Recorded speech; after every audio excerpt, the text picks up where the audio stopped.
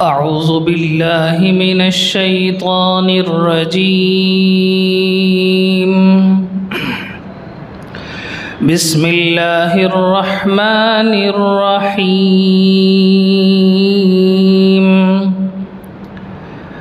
فأزلهما الشيطان عنها فأخرجهما مما كانا فيه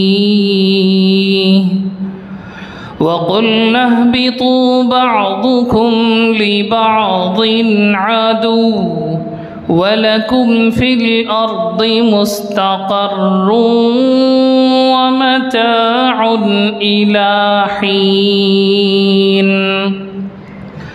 فتلقى آدم من ربه كلمات فتاب عليه إنه هو التواب الرحيم. قلنا اهبطوا منها جميعا فإما يأتينكم مني هدى فمن تبع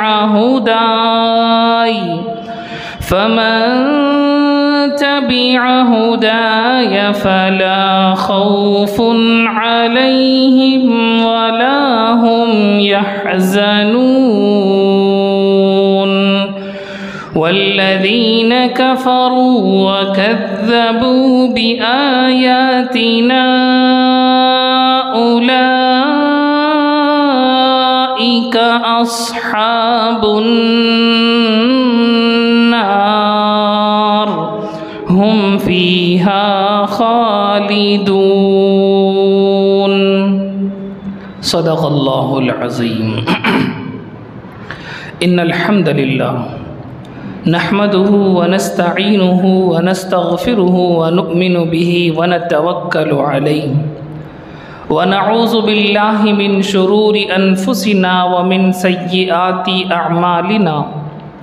من يهده الله فلا مضل له ومن يضلله فلا هادي له. ونشهد أن لا إله إلا الله وحده لا شريك له ونشهد أن سيدنا وسندنا وحبيبنا ومولانا محمدا عبده ورسوله. أما بعد، اللهم صل على سيدنا محمد وعلى آله وأصحابه وأتباعه أجمعين إلى يوم الدين. سب قسم کی تعریفیں، بڑائی، کبریائی، وحدانیت صرف اور صرف اللہ وحدہ لا شریک لہ کے لائق ہے، اور بے شمار انگنت درود و سلام نازل ہو میرے اور آپ کے آقا تاجدار مدینہ، فخر موجودات، سید الکائنات، شفیع المذنبین، خاتم النبیین حضرت محمد الرسول اللہ صلی اللہ علیہ وسلم پر، جن کو اللہ رب العزت نے پورے انسانوں کی طرف قیامت تک کے لیے آخری نبی اور آخری رسول بنا کر بھیجا. آپ کے بعد قیامت تک کوئی شخص نیا نبی یا نیا رسول بن کر نہیں آ سکتا. بزرگان محترم، سورۃ البقرہ کی آیت نمبر 30 پر 6 کی تفسیر ہم گزشتہ نشست میں کر رہے تھے. اس آیت کریمہ کے اندر اللہ رب العزت نے آدم علیہ السلام کو جنت میں رکھنے کا اور وہاں انہیں ایک مخصوص درخت کا پھل کھانے سے منع فرمانے کا، اور پھر آدم علیہ السلام کو شیطان کے بہکاوے میں آ جانے کا ذکر فرمایا تھا. اور اس ضمن میں ہم نے بہت ساری اہم باتیں اور بہت ضروری نکات آپ حضرات کے سامنے رکھی تھی. ایک اہم بات گزشتہ ہفتے ہم نے آپ کے سامنے اس آیت کریمہ کے ضمن میں یہ رکھا تھا کہ اللہ رب العزت نے حضرت آدم علیہ السلام کے ساتھ حضرت حوا علیہ السلام یا رضی اللہ عنہا دونوں کہہ سکتے ہیں، جیسا کہ میں نے گزشتہ ہفتے اس کو بہت تفصیل سے سمجھایا تھا، جنت میں رکھا اور انہوں نے شیطان کے بہکاوے میں آ کر وہ پھل کھا لیا جس سے اللہ رب العزت نے انہیں روکا تھا، منع فرمایا تھا۔ اس وقت ہم نے یہ کہا تھا کہ اللہ لفظ استعمال فرما رہے ہیں رغدن حیث شئتما، تم جہاں چاہے پوری جنت میں گھوم سکتے ہو، پھر سکتے ہو، پوری جنت کے میووں سے تم فائدہ اٹھا سکتے ہو، تم کھا سکتے ہو، کوئی روک ٹوک نہیں، صرف ایک درخت تم نہیں کھا سکتے۔ اور انسانوں کی مینٹالٹی میں نے اس وقت سمجھائی تھی کہ انسان کو جس چیز سے روکا جاتا ہے اس کو کرنے میں اسے ایک کیوریاسٹی پیدا ہو جاتی ہے، کیوں مجھے اس چیز سے روکا گیا، کیوں مجھے اس چیز سے روکا گیا۔ اس طرح کی کیوریاسٹی انسان کی نیچر ہے۔ آدم علیہ السلام کو بھی وہ کیوریاسٹی ہی اس بات پر مجبور کر گئی، شیطان کا بہکاوا ساتھ میں مل گیا، جس کی وجہ سے انہوں نے اللہ کے حکم کے خلاف اس درخت کے پھل کو استعمال فرما لیا۔ اللہ رب العزت نے فوراً انہیں اپنے عتاب کا نشانہ بنایا۔ اللہ نے یاد دلایا، کیا میں نے تم لوگوں کو اس درخت کے پھل کو کھانے سے روکا نہیں تھا؟ کیا میں نے تم کو منع نہیں کیا تھا؟ سورہ اعراف میں رب العزت فرماتے ہیں الم انہکما ان تلکما الشجرہ، کیا میں نے تم کو اس درخت کے قریب جانے سے روکا نہیں تھا؟ اور یہ بھی میں نے تمہیں کہا تھا کہ شیطان تمہارا واضح دشمن ہے۔ یہ تفصیلات میں نے گزشتہ ہفتے آپ کے سامنے رکھ دی ہیں۔ اور آخر میں یہ مسئلہ اٹھایا کہ انبیاء سے ہم اہل السنتی والجماعت کا عقیدہ ہے کہ انبیاء سے غلطی نہیں ہو سکتی، انبیاء سے کفر نہیں ہو سکتا، کبھی بھی نہیں ہو سکتا۔ نبوت ملنے سے پہلے بھی انبیاء کفر نہیں کرتے، نبوت ملنے کے بعد بھی انبیاء کفر نہیں کر سکتے۔ نبوت ملنے سے پہلے بھی انبیاء شرک نہیں کرتے، نبوت ملنے کے بعد بھی انبیاء شرک نہیں کر سکتے، یہ ہمارا عقیدہ ہے۔ اسی طرح انبیاء گناہ کبیرہ کے مرتکب نہیں ہو سکتے، بڑے بڑے گناہ انبیاء سے ہرگز نہیں ہو سکتے۔ اسی طرح جو چھوٹے گناہ ہیں ان کو بھی انبیاء جان بوجھ کر ہمیشہ نہیں کر سکتے۔ یہ چار باتیں ہم اہل السنتی والجماعت کے متفقہ عقیدوں میں سے ہیں کہ انبیاء معصوم ہیں۔ ایک لفظ استعمال کرتے ہیں انبیاء معصوم ہیں۔ معصوم ہیں کا مطلب یہی ہے کہ انبیاء سے کفر نہیں ہو سکتا، انبیاء سے شرک نہیں ہو سکتا، انبیاء سے کبیرہ گناہ نہیں ہو سکتے، انبیاء سے صغیرہ گناہ جان بوجھ کر ہمیشہ نہیں ہو سکتے۔ بات سمجھ میں آ گئی؟ ہم لوگ کہتے ہیں بچہ معصوم ہے، چھوٹا معصوم بچہ، وہ معصوم یہ معصوم الگ ہے، اس معصوم اور اس معصوم میں فرق ہے۔ چھوٹے بچے کو ہم معصوم اس لیے کرتے ہیں کہ اسے کچھ پتہ نہیں، وہ میچور نہیں ہے، وہ اپنے شعور سے اپنے کانشیسنس کو یوز کر کر وہ کچھ کام نہیں کر رہا، وہ اپنی خواہشات کے حساب سے بھولا پن کا اظہار کرتا ہے، اس لیے ہم چھوٹے بچے کو معصوم کہتے ہیں۔ انبیاء کو معصوم کہتے ہیں تو اس کا مطلب یہ ہے کہ انبیاء معصوم ہیں، یعنی ان سے کفر، شرک، کبیرہ گناہ، صغیرہ گناہ جان بوجھ کر نہیں ہو سکتے۔ صحابہ سے ہو سکتے ہیں، صحابہ سے کبیرہ گناہ ہو سکتے ہیں، لیکن صحابہ اللہ کے نبی علیہ السلام کی تربیت میں رہنے کی وجہ سے اتنا ان کا امتیاز، ان کے اندر اتنے امتیاز تو پیدا ہو جاتا ہے کہ وہ کبیرہ گناہ پر باقی نہیں رہتے نبی پاک صلی اللہ علیہ وسلم کی تربیت کی وجہ سے۔ چنانچہ حدیث کی کتابوں میں حضرت ماعز رضی اللہ تعالی عنہ کا اور اسی طرح امرأت غامدیہ کا تذکرہ آتا ہے کہ ان سے بڑے گناہ صادر ہو گئے تو ان لوگوں نے نبی پاک صلی اللہ علیہ وسلم کے سامنے آ کر خود سرنڈر ہو گئے، کہنے لگے کہ اللہ کے نبی مجھ سے بہت بڑا گناہ ہو گیا، آپ اللہ کا جو حکم ہے وہ مجھ پر چلائیے، وہ مجھ پر نافذ فرمائیے۔ آپ کو معلوم بھی ہے وہ کیا حکم تھا اللہ کا؟ اللہ کا حکم اس گناہ کے بدلے میں تھا کہ انہیں قتل کر دیا جائے گا، انہیں قتل کر دیا جائے گا۔ اللہ اکبر، توجہ فرمائیے۔ امرأت غامدیہ رضی اللہ تعالی عنہا کا واقعہ جب حدیث کی کتابوں میں آتا ہے تو پڑھانے والوں کی آنکھوں سے آنسو جاری ہو جاتے ہیں، حدیث کی درسگاہوں میں آنسوؤں رونے کی آوازیں آنے لگتی ہیں۔ امرأت غامدیہ رضی اللہ تعالی عنہا کی ایمان کا وہ عالم ہے، ان سے ایک بہت بڑا گناہ ہو گیا تھا۔ نبی پاک صلی اللہ علیہ وسلم کے پاس وہ آئی اور فرمانے لگی کہ اللہ کے نبی مجھ سے بڑا گناہ ہو گیا، مجھ پر اللہ کا حکم نافذ فرمائیے۔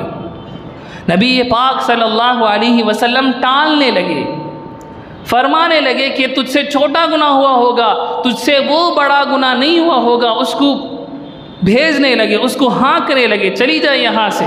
نبی پاک صلی اللہ علیہ وسلم کی رحم دلی کا اندازہ کیجیے۔ امرأت غامدیہ رضی اللہ تعالیٰ عنہ فرمانے لگی کہ اللہ کے نبی آپ کیا کہتے ہیں؟ مجھے اس گناہ کی وجہ سے حمل ہو گیا ہے، مجھے اس گناہ کی وجہ سے پیٹ میں بچہ ہو گیا ہے۔ اللہ کے نبی علیہ السلام فرمانے لگے کہ ٹھیک ہے، گنہگار تو تو ہے، تیرے پیٹ میں جو بچہ ہے اس کا تو کوئی قصور نہیں، اس کا تو کوئی گناہ نہیں، تجھے معلوم بھی ہے کہ اس گناہ کی سزا کیا ہوگی؟ اس گناہ کی سزا یہ ہے کہ پتھر مار مار کر قتل کر دیا جائے گا، جسے رجم کہتے ہیں۔ امرأت غامدیہ رضی اللہ تعالیٰ عنہ فرمانے لگی کہ اللہ کے نبی مجھے خوب پتہ ہے اس کا کیا حکم اللہ کے یہاں موجود ہے، مجھے پاک کر دیجئے، میں اللہ کے سامنے اس گناہ کے ساتھ نہیں جا سکتی، اللہ کے سامنے میں اس گناہ کو لے کر نہیں جا سکتی۔ اللہ کے نبی علیہ السلام فرمانے لگے کہ ٹھیک ہے، تیرا بچہ تو معصوم ہے، اگر تجھے مارا جائے گا تو اندر جو پیٹ میں بچہ ہے وہ بھی مر جائے گا۔ بچہ جننے کے بعد آپ توجہ کیجئے، امرأت غامدیہ رضی اللہ تعالیٰ عنہ کی حالت یہ تھی کہ 9 مہینے کے بعد بچہ پیدا ہوا، وہ اپنے بچے کو لے کر نبی پاک صلی اللہ علیہ وسلم کی مجلس میں آتی ہیں، فرماتی ہیں کہ اللہ کے نبی اللہ کا حکم مجھ پر لاگو فرما دیجئے، مجھ پر نافذ فرما دیجئے، بچہ پیدا ہو گیا ہے، بچہ پیدا ہو گیا ہے۔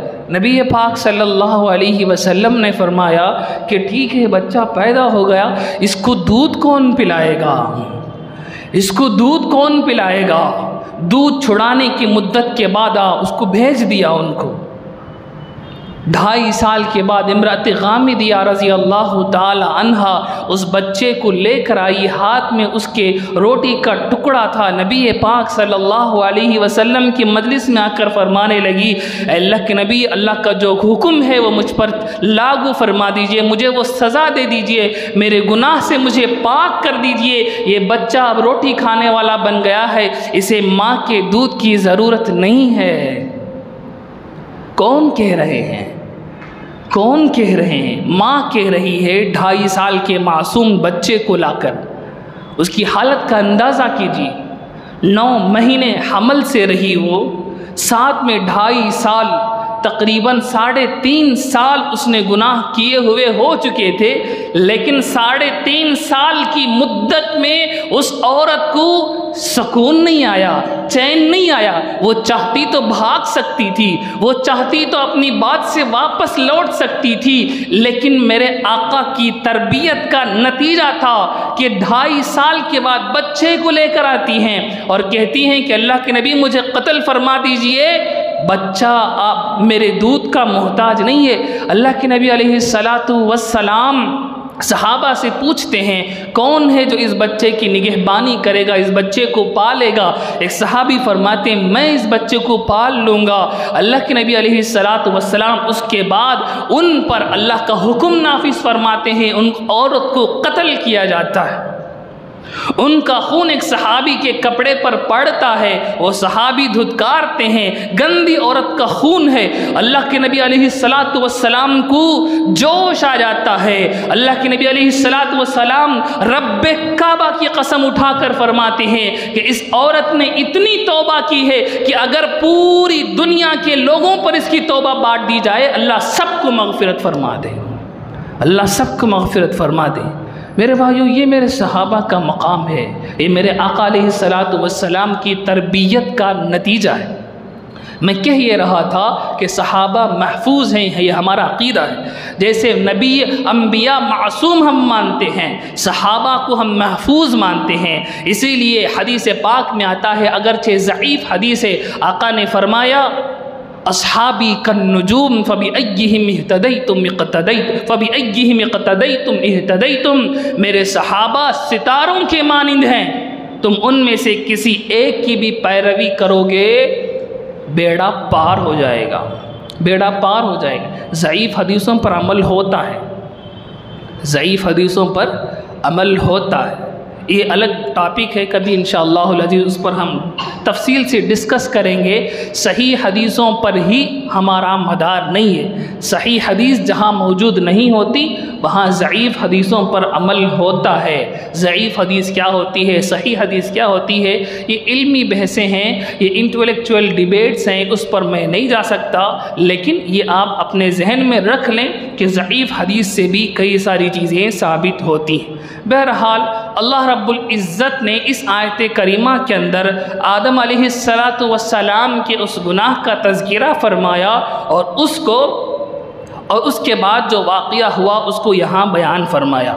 اب آدم علیہ السلام کو شیطان نے کیسے بہکایا، اس میں طرح طرح کی باتیں لوگوں کے اندر مشہور ہیں۔ جنت میں شیطان کیسے چلا گیا، کہ کوئی کہتا ہے وہ مور کی طرح بن کر گیا تھا، کوئی کہتا ہے وہ سام بن گیا تھا اور شیطان اور اس کو کوئی مور لے کر اندر جا کر ڈال دیا، اس کی وجہ سے مور کے پیروں پر لعنت کر دی گئی ہے۔ اس طرح کی خرافات لوگوں میں مشہور ہیں، ان سب کی کوئی حقیقت نہیں ہے۔ مور کے پاؤں گندے ہوتے ہیں، دیکھنے میں برے لگتے ہیں، اللہ نے ویسے اس کو بنایا، اس کے علاوہ اور اس کے پیچھے کوئی مطلب نہیں ہے۔ جیسے بعض لوگ کہتے ہیں کہ کبوتر کے پیر اس لیے لال ہیں کیونکہ وہ کربلا میں حسین رضی اللہ تعالیٰ عنہ کے خون پر پیر رکھا تھا۔ یہ سب واہی تباہی کی باتیں، ان سب کی کوئی اصل نہیں ہے۔ اللہ نے اس کو ویسے بنایا، ویسے ہے، جیسے اللہ نے بنایا ویسے ہے، اس کے پیچھے کیا ریزن ہوگا، اس کے پیچھے کیا ریزن ہوگا، اس طرح کی باتوں میں پڑھنے کی کوئی ضرورت نہیں۔ بہرحال اللہ نے شیطان کے پاس اتنی صلاحیت تو دی ہے کہ وہ لوگوں میں وسوسہ ڈالے، اس نے اپنی اس صلاحیت کو، اس ایبیلٹی کو یوز کرتے ہوئے آدم علیہ السلام کے دل میں وسوسہ ڈالا اور حضرت حوا رضی اللہ تعالیٰ عنہ کے دل میں وسوسہ ڈالا اور ان دونوں نے وہ گناہ کر دیا۔ کیا ہوا، وہ گناہ کرتے ہی جنت کے جو کپڑے ان کے بدن پر تھے وہ کپڑے غائب ہو گئے۔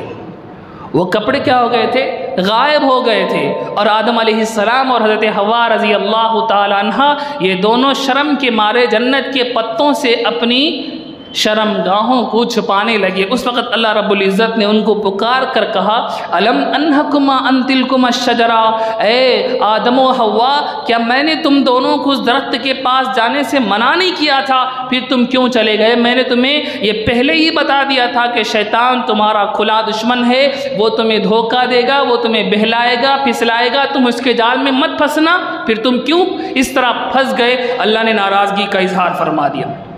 اگلی آیت ہے آیت نمبر 30 پر 7، اللہ فرماتے ہیں فَتَلَقَّى آدَمُ مِن رَبِّهِ كَلِمَاتٍ فَتَابَ عَلَيْهِ، پھر آدم علیہ السلام نے اپنے پروردگار سے چند کلمے سیکھے۔ فَتَابَ عَلَيْهِ، تو اللہ رب العزت نے ان کی توبہ قبول فرما لیا، آدم علیہ السلام کی توبہ قبول فرما لیا۔ انہو هو التواب الرحیم، بے شک وہ اللہ تو بہت توبہ قبول کرنے والا، بہت بڑا مہربان ہے۔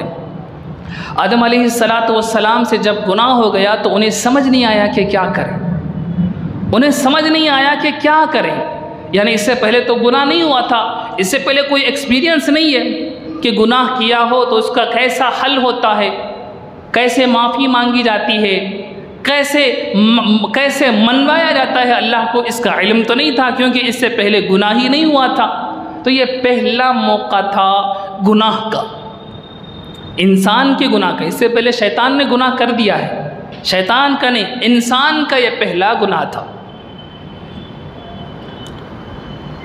تو اللہ رب العزت کے سامنے انہیں اپنے جذبات کا اظہار کرنے کا طریقہ سمجھ نہیں آیا کہ کیسے ہم اب بات کریں، کیا کہیں۔ ایسا ہوتا ہے کہ کوئی انسان کسی اپنے بڑے بزرگ کے کسی بات کی نافرمانی کر دے اور اندر سے پشیمانی ہو تو اسے منہ سے نکالنا بھی مشکل ہوتا ہے، اندر رکھنا بھی مشکل ہوتا ہے، نہ بول پاتا ہے، نہ خاموش رہ پاتا ہے، ایک بے چینی کی کیفیت ہو جاتی ہے۔ ایسے ہی کیفیت آدم علیہ السلام کی ہو گئی تھی کہ اب میں نے اللہ کے حکم کی خلاف ورزی کی ہے، میں کیسے مانوں، میں منہ کھول کر کچھ کہوں تو شاید وہ اور غلطی ہو جائے گی، اس لیے وہ ڈر ڈر کر ان کی اندر انہی حالت اتنی بے چینی کی ہو گئی کہ انہیں سمجھ نہیں آ رہا تھا کیا کریں۔ تو اس وقت اللہ رب العزت نے خود دستگیری فرمائی، اللہ رب العزت نے خود انہیں سمجھایا۔ کیا سمجھایا؟ چند کلمات اللہ رب العزت نے ان کو سکھایا کہ ان کلمات یہ کلمے تم پڑھو، یہ جملے تم ادا کرو، اللہ رب العزت تمہاری توبہ قبول کریں گے۔ بات سمجھ میں آئی؟ تلقا، عربی میں یہ آیت کریمہ کے اندر یہ لفظ آیا ہے تلقا۔ تلقا کے معنی آتے ہیں شوق اور جذبے سے کسی چیز کو جلدی جلدی حاصل کرنا، شوق اور جذبے سے کسی چیز کو جلدی جلدی حاصل کرنے کو تلقا کہتے ہیں۔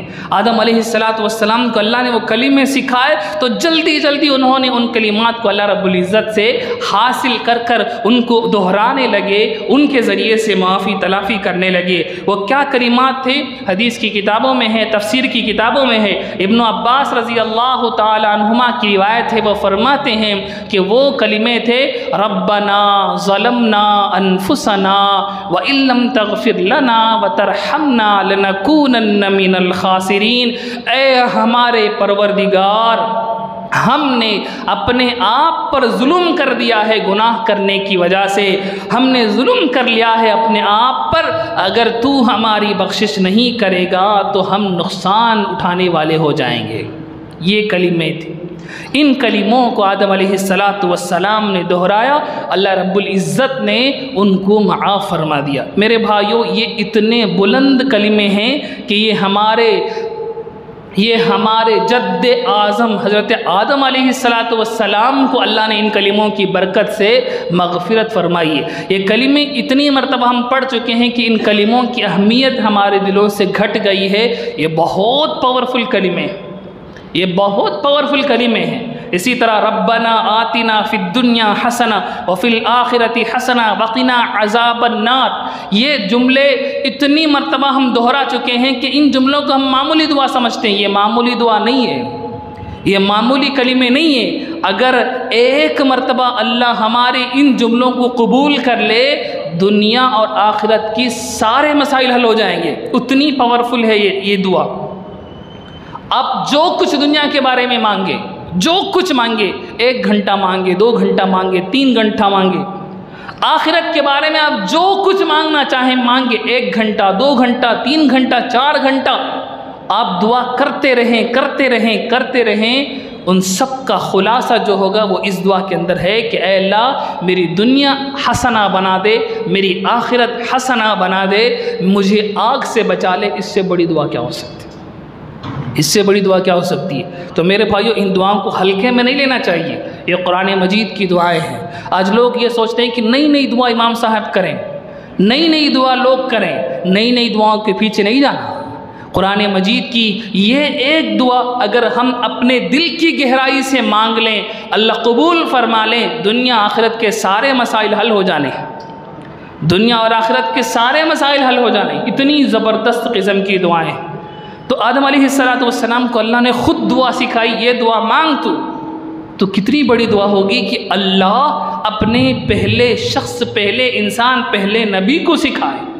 اس دعا کو ہم بھی اتنی ہی توجہ کے ساتھ مانگنی چاہیے۔ آدم علیہ السلام نے معمولی سی غلطی کی تھی، میرے بھائیو توجہ فرمائیے، شیطان نے بھی غلطی کی تھی، آدم علیہ السلام نے بھی غلطی کی تھی، دونوں کی غلطیوں میں زمین آسمان کا فرق ہے۔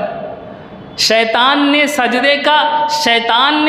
نہیں کیا، شیطان نے سجدہ نہیں کیا اور نہ کرنے کو اس نے پروو کیا کہ مجھے سجدہ کیوں نہیں کرنا چاہیے، اس نے پروو کر کے دکھایا، یعنی اللہ کے حکم کے خلاف، اس کے اپوزٹ ایک نیا کانسیپٹ اس نے رکھا، یہ کفر تھا۔ آدم علیہ السلام نے جو کیا وہ کفر نہیں تھا، وہ غلطی تھی، اور فوراً وہ نیچے اتر گئے کہ مجھ سے غلطی ہو گئی، سرنڈر ہو گئے۔ تو ایک مومن کی شان یہ ہے کہ اس سے غلطی ہو فوراً سرنڈر ہو جائے اللہ کے سامنے، فوراً سرنڈر ہو جائے، یہ نہیں کہ جسٹیفیکیشن کرنے لگے، جسٹیفائی کرنے لگے کہ اصل میں یہ ہوا تھا، اصل میں وہ ہوا تھا، ایکچولی ایسا تھا، یہ ساری باتیں نہیں لانا، فوراً اللہ رب العزت کے ہاں سرنڈر ہو جانا کہ ربا میں گنہگار ہوں، مجھ سے یہ غلطی ہو گئی، مجھ سے یہ غلطی ہو گئی۔ اگر ایکچولی کی طرف گیا تو اس وقت انسان شیطان کے راستے پر چلنے والا بن جائے گا، کیونکہ شیطان نے بھی جسٹیفائی کیا تھا کہ اصل میں بات یہ ہے کہ میں آگ سے بنا ہوں، انسان مٹی سے بنا، یہ ساری باتیں اللہ کے سامنے نہیں چلنے کی، یہ ساری باتیں اللہ رب العزت کے سامنے کوئی معنی نہیں رکھتی، اللہ کا حکم ہے کر لیا، تو یہ صفت ہمارے اندر پیدا ہونی چاہیے۔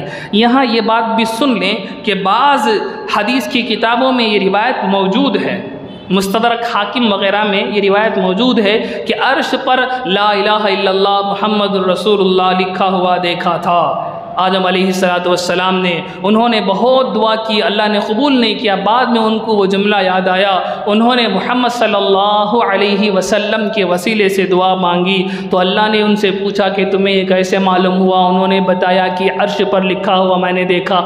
یہ سارا واقعہ ہم بیان کرتے ہیں، کئی علماء بھی اس کو تقریروں میں بیان کرتے ہیں، صحیح بات یہ ہے کہ یہ واقعہ موضوع ہے، یہ واقعہ موضوع ہے، حدیث کی قسموں میں سے سب سے نیچے قسم ہے موضوع کی۔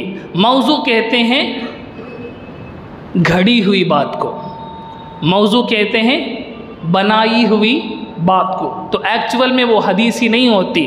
تو بہت سے علماء نے اس حدیث کو موضوع لکھا، علماء نے فتاوے میں لکھا ہے کہ اس حدیث کو ہم رسول اللہ صلی اللہ علیہ وسلم کے فرمان کے طور پر بیان نہیں کر سکتے، لہٰذا صحیح بات یہ ہے جو قرآن میں اللہ رب العزت نے فرمایا کہ آدم علیہ السلام کو کچھ سمجھ نہیں آیا کہ کیا کریں، اللہ نے خود ان کی دستگیری فرمائی، ان کو کلمے سکھائے، ربنا ظلمنا انفسنا وان لم تغفر لنا وترحمنا لنکونن من الخاسرین، اور آدم علیہ السلام نے ان کلموں کے ذریعے سے دعا مانگی، اللہ رب العزت نے ان کی دعا کو قبول فرما لیا، ان کی دعا کو قبول فرما لیا۔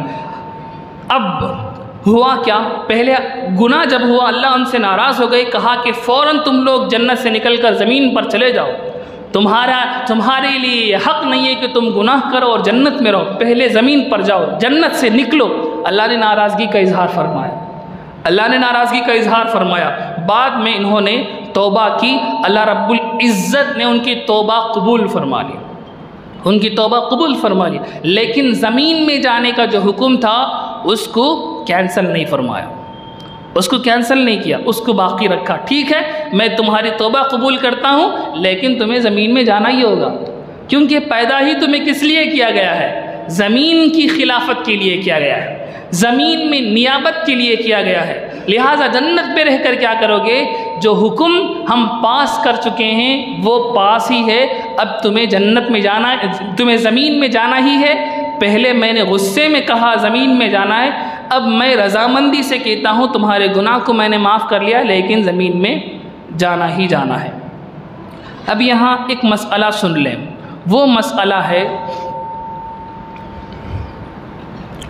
مفسرین نے بڑی عجیب بات یہاں لکھی ہے، آیت کریمہ میں اللہ رب العزت فرماتے ہیں فَتَلَقَّى آدَمُ مِن رَبِّهِ كَلِمَاتٍ، آدم علیہ السلام نے اپنے رب سے کلمات سیکھے، فَتَابَ عَلَيْهِ، اللہ نے ان کی توبہ قبول فرما لیا، ان کی توبہ قبول فرما لیا۔ جو ورڈ اللہ رب العزت نے یہاں استعمال فرمایا ہے وہ سنگولر ورڈ ہے۔ کیا ورڈ ہے؟ سنگولر، ایک انسان کو بولنے والا لفظ اللہ رب العزت نے استعمال فرمایا۔ حالانکہ گناہ کتنے لوگوں نے کیے ہیں؟ 2 لوگوں نے کیے ہیں، آدم علیہ السلام اور ان کے ساتھ ان کے سنگت ان کی بیوی حضرت حوا، ان دونوں نے گناہ کیے ہیں۔ لیکن جب معافی کی بات آتی ہے، اس کو تھوڑا یہ آواز کر رہا ہے میں کہ اس کو صحیح کریں، کہاں ہے؟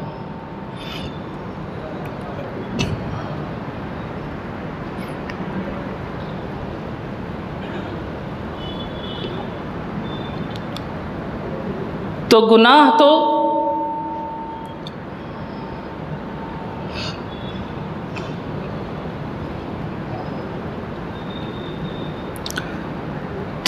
گناہ تو 2 لوگوں نے کیا ہے، لیکن جب معافی کی بات آتی ہے اللہ فرماتے ہیں میں نے اس کی توبہ قبول کر لی۔ کیا کہنا چاہیے تھا؟ میں نے ان دونوں کی توبہ قبول کر لی، یہ کہنا چاہیے تھا، لیکن فرما رہے ہیں اللہ فتاب علی، میں نے اس کی توبہ قبول کر لی۔ تو مفسرین یہاں سوال اٹھاتے ہیں کہ گناہ تو 2 لوگوں نے کیے ہیں اور توبہ بھی دونوں کی ہو گئی تھی، معافی بھی دونوں کی ہو گئی تھی، پھر اللہ سنگل ورڈ کیوں یوز کر رہے ہیں؟ مفسرین نے بڑی عجیب بات جواب میں لکھی ہے، فرماتے ہیں کہ اللہ عورت کی ہر بات کو چھپانا چاہتے ہیں، اللہ عورت کی ہر بات کو چھپانا چاہتے ہیں، اللہ عورت کو ستر میں رکھنا چاہتے ہیں۔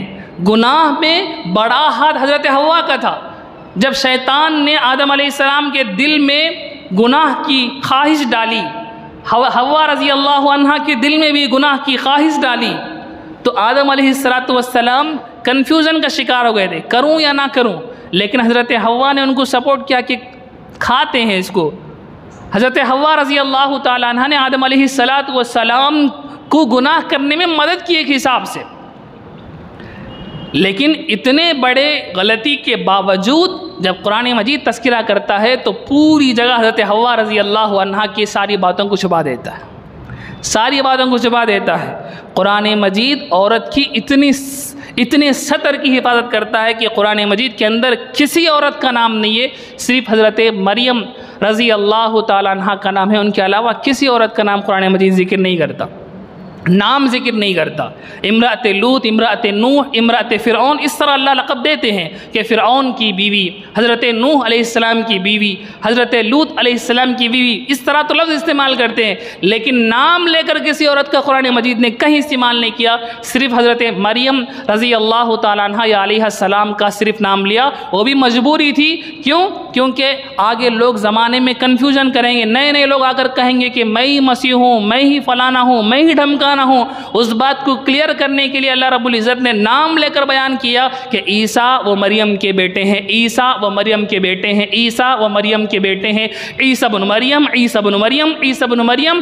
قرآن مجید میں اللہ رب العزت نے عیسیٰ علیہ السلام کی حیثیت کو ڈیفائن کرنے کے لیے حضرت مریم علیہ السلام کا نام تو جگہ جگہ استعمال فرمایا ہے، یہ مجبوری تھی، یہ ضرورت تھی، اس کے علاوہ کسی جگہ کسی عورت کا اللہ رب العزت نے نام تک نہیں لیا۔ تو میرے بھائیوں، عورتوں کے سطر کے بارے میں قرآن مجید کا یہ عالم ہے، اور آج ہماری عورتیں بغیر حجاب کے، بغیر پردہ اوڑھے، جس طرح مارکیٹوں میں، جس طرح گلیوں کوچوں میں، جس طرح ہوٹلوں میں، جس طرح سیرگاہوں میں، جس طرح بیچ میں ہنگامہ کر رہی ہیں، وہ ہمارے سامنے موجود ہے، وہ ہمارے سامنے موجود ہے۔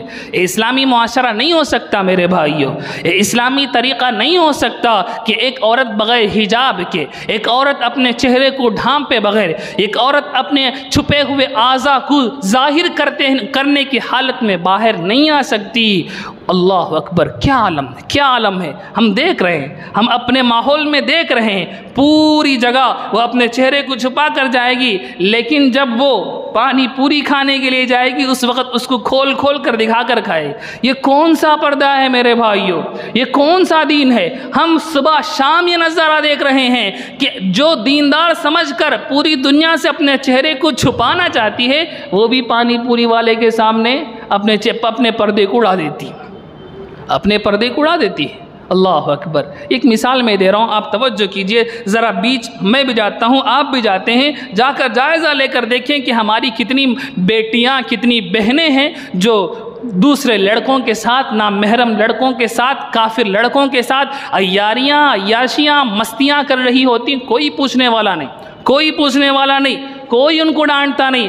وہ اپنا کام دیکھے، میں اپنا کام دیکھوں، کیوں ان سارے پھڈوں میں میں اپنا سر ڈالوں؟ یہ سوچ کر ہم ان سارے نہیں انل منکر کو بائی پاس کر دیتے ہیں کہ میرا کیا لینا دینا، میں مسلمان، میں نمازی ہوں، میں روزانہ نماز پڑھ لیتا ہوں، میں گناہ نہیں کرتا، میں جھوٹ نہیں بولتا، ساری دنیا جائے کہیں بھی، مجھے کیا لینا دینا؟ نہ، اللہ رب العزت نے ہمیں خیر امت اس لیے فرمایا کہ ہم امر بالمعروف بھی کرتے ہیں، نہیں انل منکر بھی کرتے ہیں، نہیں انل منکر بھی کرتے ہیں۔ بس اسٹینڈوں میں، بس اسٹاپوں میں ہم نے اپنے آنکھوں سے دیکھا لڑکے لڑکیاں حجاب پہن کر وہ عیاشیاں کر رہی ہیں، وہ مستیاں کر رہی ہیں، اطراف میں لوگ کھڑے ہوئے ہیں، مسلمان بھی ہیں، کوئی پوچھنے والا نہیں، کوئی انہیں روکنے والا نہیں، کوئی انہیں ٹوکنے والا نہیں۔ یہ کون سی بے حس قوم بنتی جا رہی ہے ہماری امت مسلمہ؟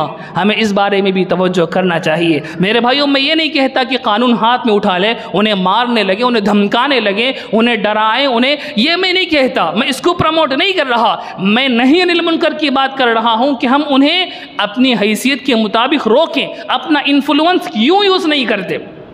اپنے بھائی کو کسی جگہ دکان میں نوکری لگانے میں وہ سارا انفلوئنس ہم استعمال کر لیتے ہیں، ان کے پاس جا کر، ان کے پاس جا کر، ان کے پاس جا کر کسی نہ کسی طرح اسے اس نوکری میں بٹھانے میں ہم کوشش کرتے ہیں۔ یہ انفلوئنس ہم دین کے لیے کیوں یوز نہیں کر رہے ہیں؟ بہرحال بات دور نکل رہی ہے۔ میں کہہ یہ رہا تھا کہ اللہ رب العزت نے عورت کی قرآن مجید کے اندر اتنی حفاظت کی، اتنا پردے میں رکھا کہ توبہ، ان کے گناہ کا بھی ذکر نہیں کیا، ان کے توبہ کا بھی ذکر نہیں کیا، حالانکہ گناہ دونوں نے کیا تھا، توبہ دونوں کی قبول اللہ نے فرما لی تھی، لیکن حضرت حوا کا ذکر نہیں کیا، حضرت حوا کا ذکر نہیں کیا۔ قرآن مجید نے عورت کی اتنی لحاظ رکھی ہے، اتنی پردہ داری کی ہے، تو ہمیں اس حوالے سے بہت اہتمام کے ساتھ توجہ کرنا چاہیے کہ عورتیں امت مسلمہ کی زینت ہیں، عورتیں ہم سب کے لیے، اپنی اپنی عورتیں ہیرے اور جواہرات کی طرح ہیں، دوسروں کی نہیں،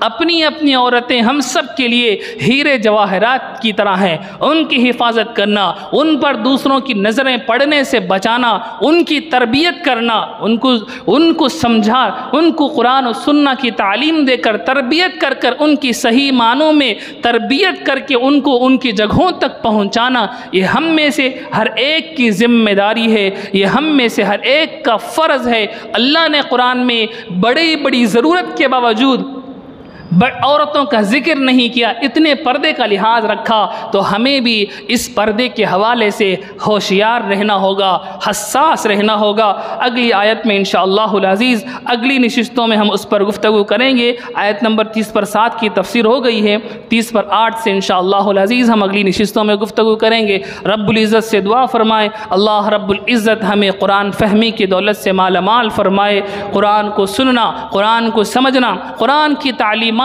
کو عالم میں پھیلانے کا جذبہ نصیب فرمائے، اور اس کے لیے ہم سب کو قبول فرمائے، آمین۔ وآخر دعوانا ان الحمد للہ رب العالمین۔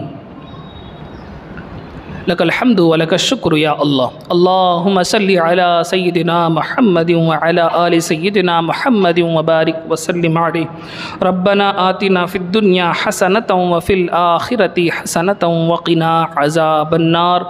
ربنا ظلمنا أنفسنا وإن لم تغفر لنا وترحمنا لنكونن من الخاسرين.